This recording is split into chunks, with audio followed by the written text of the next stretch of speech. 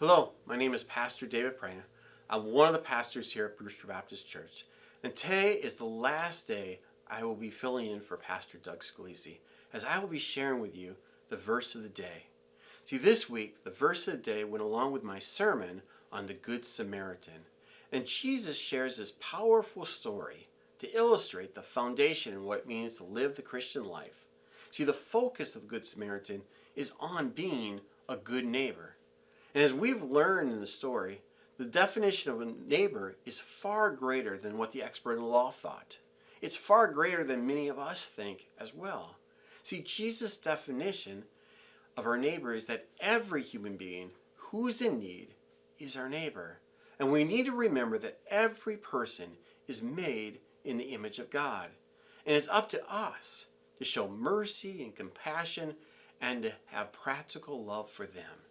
See, throughout this week, I have shared with you many verses related to the Good Samaritan, and I just thought I would review them on this last day. First, we learned about the Good Samaritan. We learned that there was a man that was badly hurt, and it was the Good Samaritan who came to his need and showed mercy. And we learned that there are going to be people in our lives that are in need, and we need to show mercy to those people. The next day, we talked about the greatest commandment, which is to love the Lord your God with your heart, your soul, your mind, and your strength. And God wants us to love him. And I look at this as our vertical love. It's between God and ourselves. And then we moved on to love our neighbor as ourselves, which is the second key commandment. We learned that when we love our neighbor, this is an example of horizontal love. And that is, we should love everybody around us. See, when we love our neighbor, we're actually loving God and showing him by our obedience. And day 4 and 6 were very similar. We learned that our faith requires action.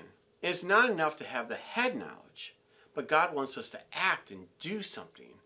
And since we love Jesus, we want to help and we want to show mercy and compassion upon our neighbors.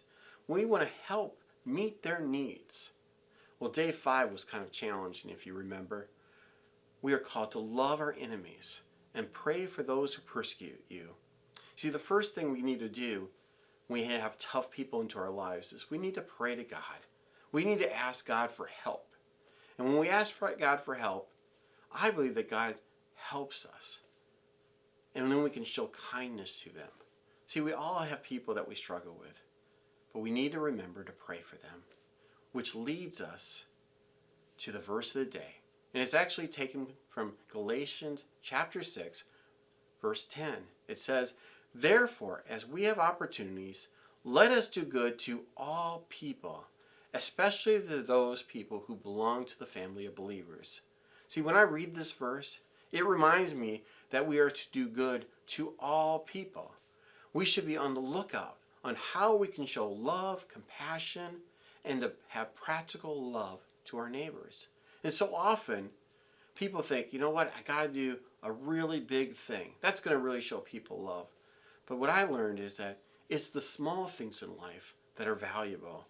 There are so many ways in which we can do good to help people. And I was thinking about some examples of those things. It could be as simple as sending a card to cheer someone up. It could be bringing a meal to a family in need.